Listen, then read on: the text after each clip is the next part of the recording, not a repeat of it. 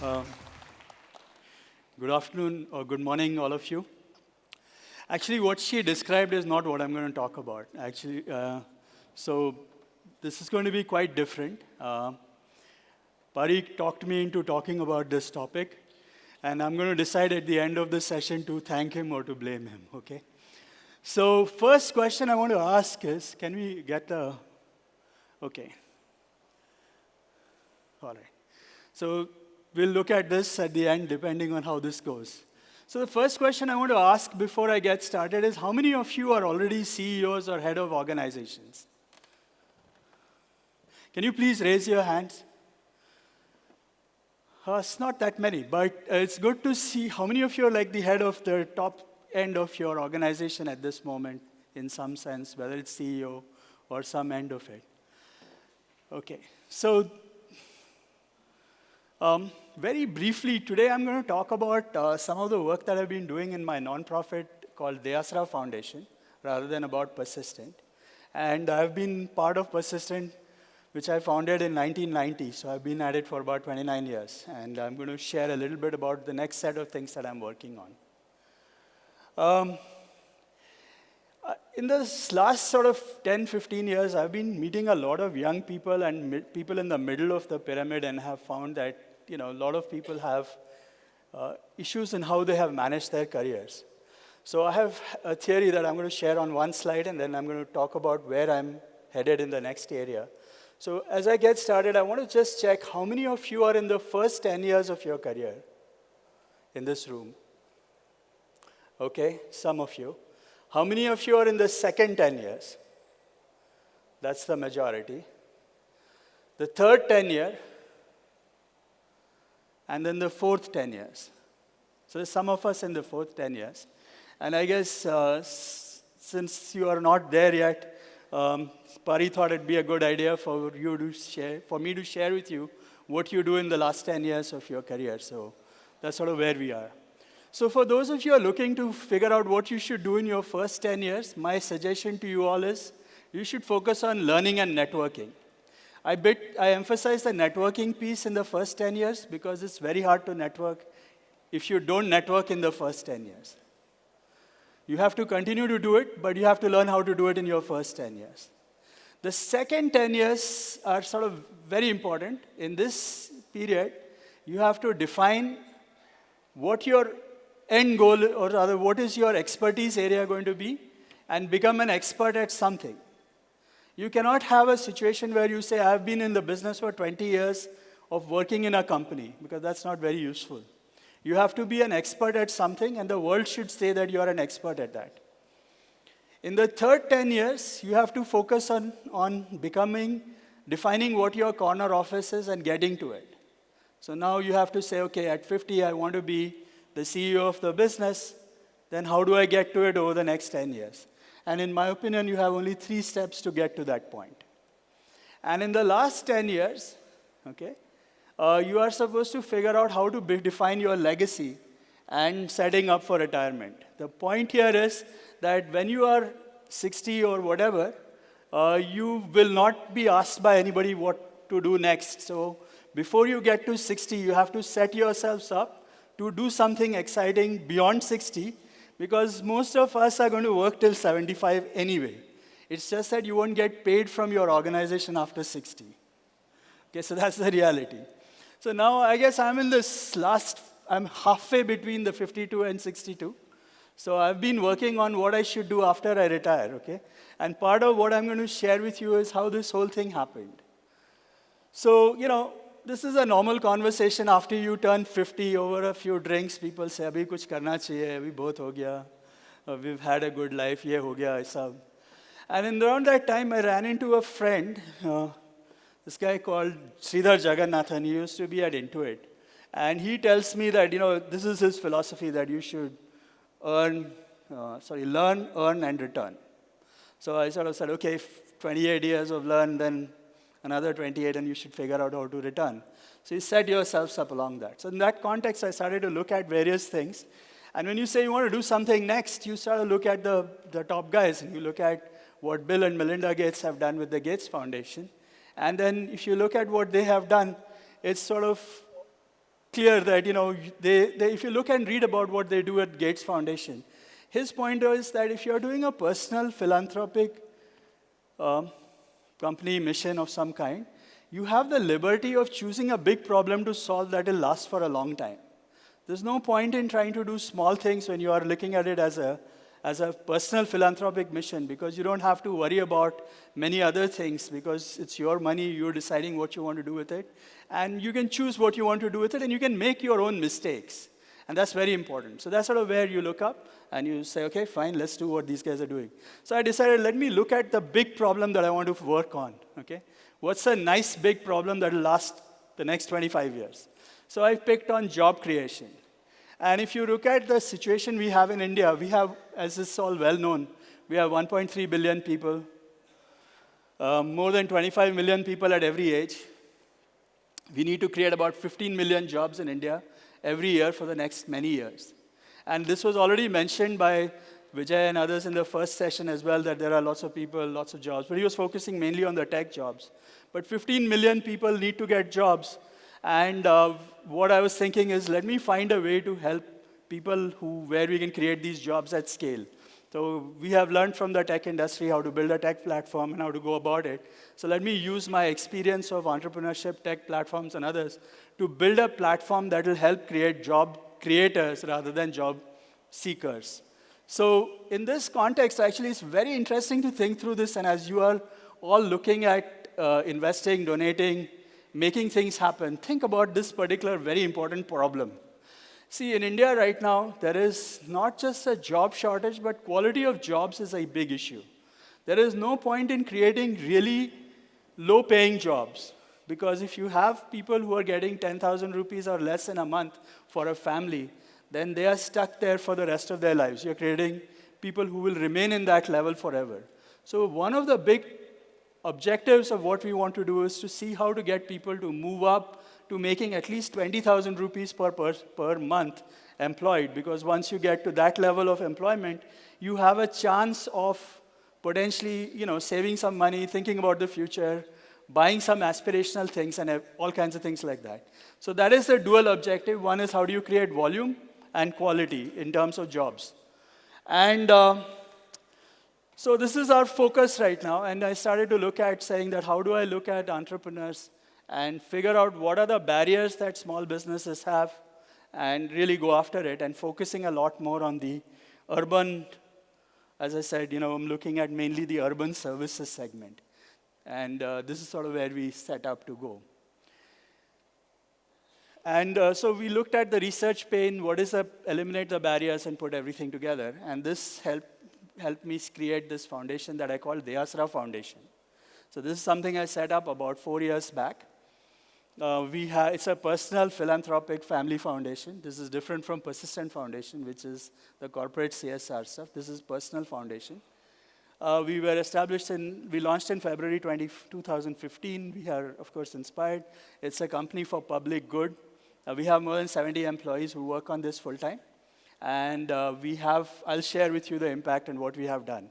And as I said, this is a journey. You learn a lot of things as you go along, and you make mistakes and you evolve along it. The sweet spot that I'm focusing on right now is this one, which is to look at businesses in this middle segment. Those that make between, let's say, 2 lakhs and a crore at best, and who borrow between 1 lakh and 50 lakh rupees in terms of their borrowing. So these are not the startups that are glamorized. These are jobs in the middle of the pyramid. And these are kind of a little bit odd because they are in the no man's land for lending as well. The really small ones, people dish out grants, the self-help groups and other things, Mudra scheme, all that stuff. The top guys, the VCs, everyone else wants to invest in them. And if you want to borrow a crore or above, it's a lot better. And if you want to borrow 1,000 crores or more, then banks are very happy to lend you as much money as you want, and you don't even have to return it. But if you're borrowing like 5 lakhs and 8 lakhs and 12 lakhs, then the banks will really run you through a lot of painful process. And that's sort of the group that I'm focusing on, okay? So I started out by saying, okay, let me do version 1.0. So what was version 1.0? So I said, okay, let's build a business in a box. We'll create everything that a business needs in one place So if I'm a photographer and I want to do a business, I should be able to come to one place and get everything they need, end to end, everything that you would need, soups to nuts. And we set this out to do this for about 70 different businesses. We have this online. You can go online and look at it. And I'm not expecting you to read these logos, but things like photographers, food counters, catering stalls, event management, tailors, all kinds of people of that category. So the idea is that any of these tailors, you don't have to have, there are hundreds of tailors in a city, thousands of them. Each of them need not be that different from each other. Why is it necessary that everyone needs to reinvent their whole strategy? They're not looking at blitz scaling. They want loans. They want to do this thing for a life. And it's livelihood rather than just any of these things. But they don't have to. And in India right now, some of this documentation or ability to pick what you need for a trade is extremely difficult. So really, that's what we try to put together. And we have a site online, which is fairly graphical. So you can go online, and it's called deasra.in, and you will see this kind of a site. It gives you interactive question answers type setup. So this is for fashion design, and we have this for 70 different kinds of things, and it's fairly elaborate. And it has things like, okay, if you want to do a PAN card, then these are the 5 steps you need to go get it. This is the documentation they're going to ask. This is the online data from where you get it. And it's very visual if you go on this site. Okay, and then we run a monthly magazine. We run a monthly magazine called Yashasvi Udyojak. This is in Marathi. And you can subscribe to it. We send it monthly. We are focusing again on this. We have a full book that we did with Skill Development Ministry.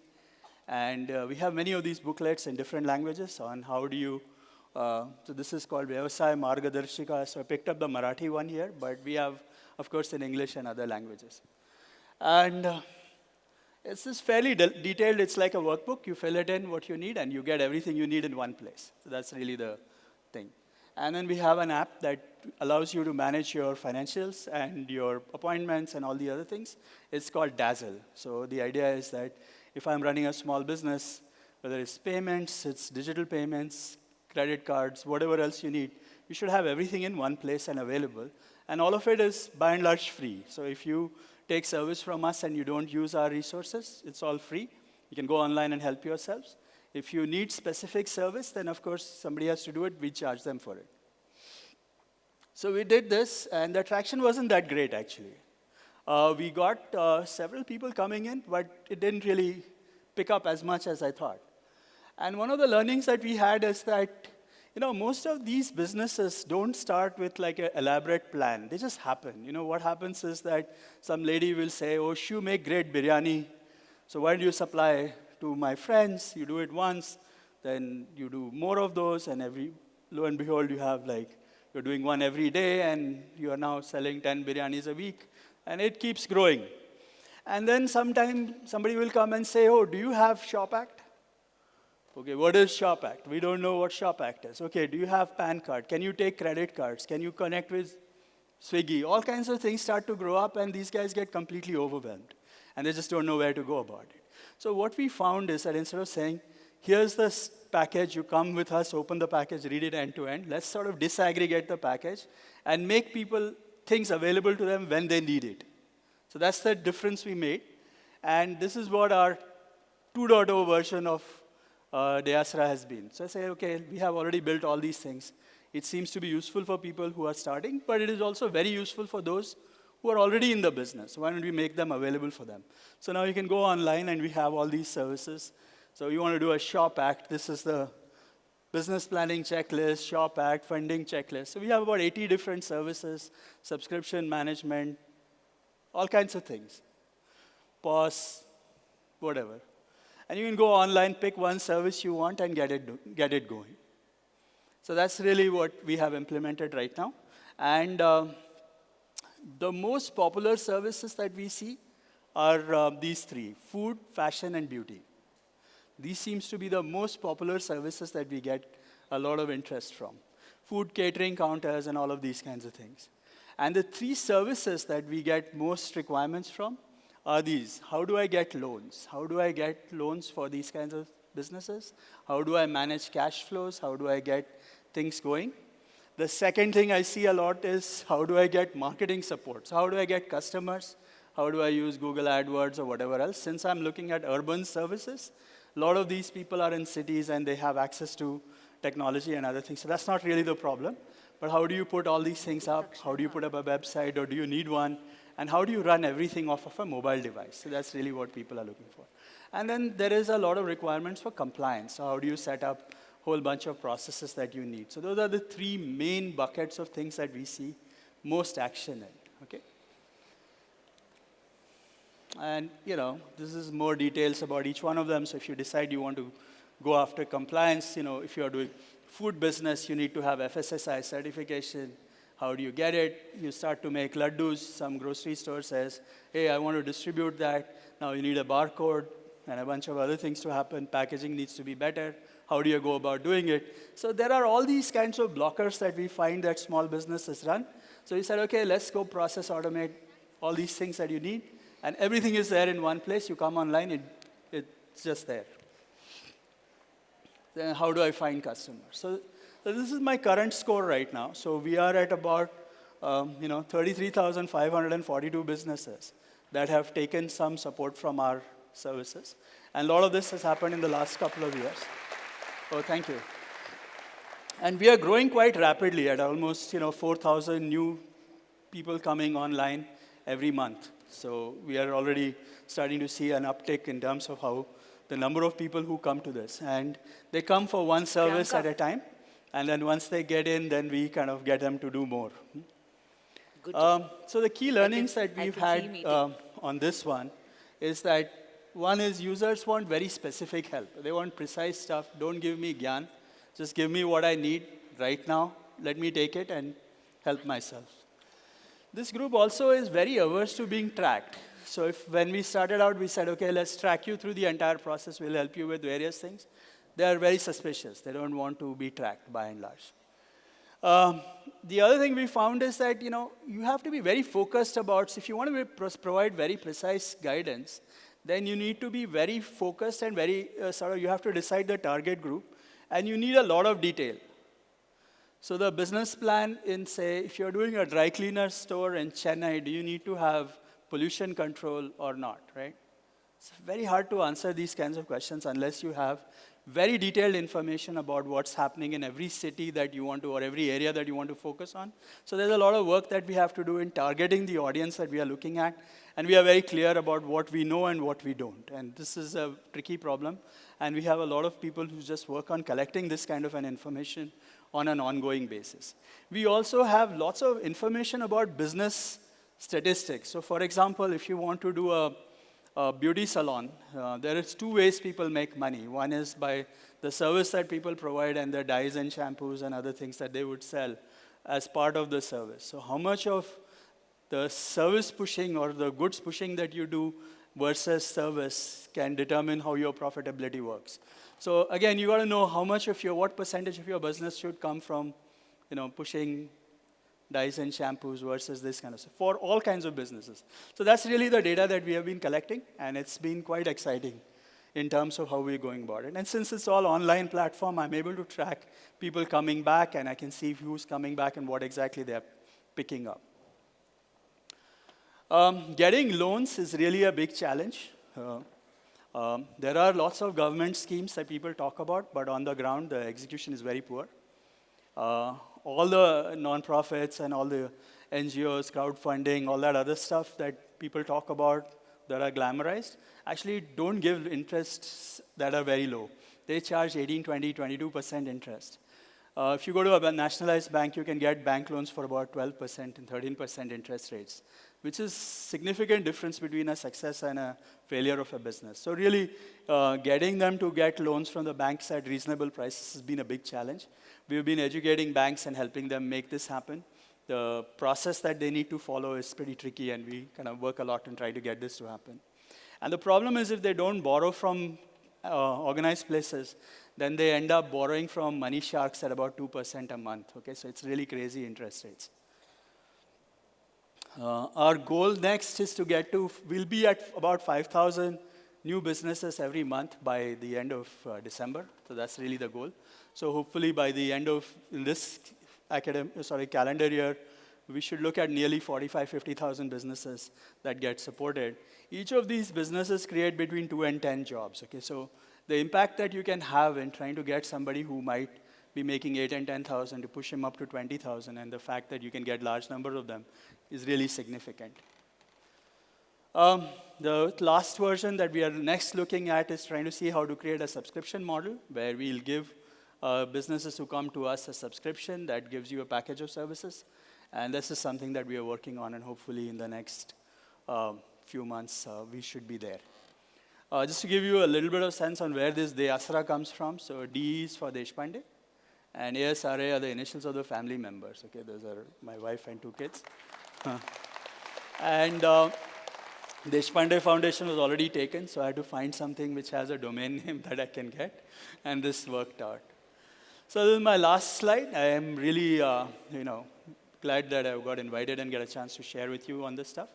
Some of you who are in various stages of your professional life as you're looking at next thing, let's think of some big problems to work on and solve them. There is no shortage of things like that. And if we all get together and do something meaningful, I think we can really solve real problems rather than just, talk about the government and what the government can do for us. With this, I want to thank you for inviting me, and thank you very much.